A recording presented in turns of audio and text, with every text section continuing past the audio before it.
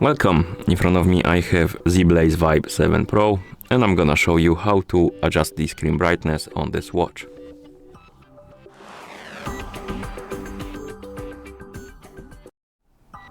First we need to wake up the screen on our watch, and you can wake it up by pressing any of the buttons. After you wake up the screen, you should see the current watch face, the home screen, and you can swipe down from the top of the screen to open the quick panel. On this panel you will see a bunch of icons, and one of them should look like the sun, and this is the brightness icon, screen brightness icon, and you can tap on this icon to open the screen brightness menu, and here you can adjust the screen brightness by tapping on the plus and minus buttons.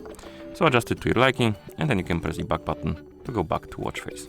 You can also do this through the settings, so if you open the menu by pressing start button, scroll through it and find the settings icon and then tap on it.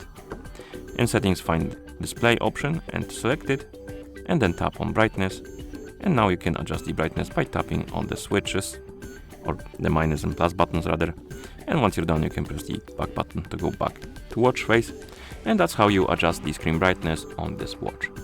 Thank you for watching. If you found this video helpful, please consider subscribing to our channel and leaving a like on the video.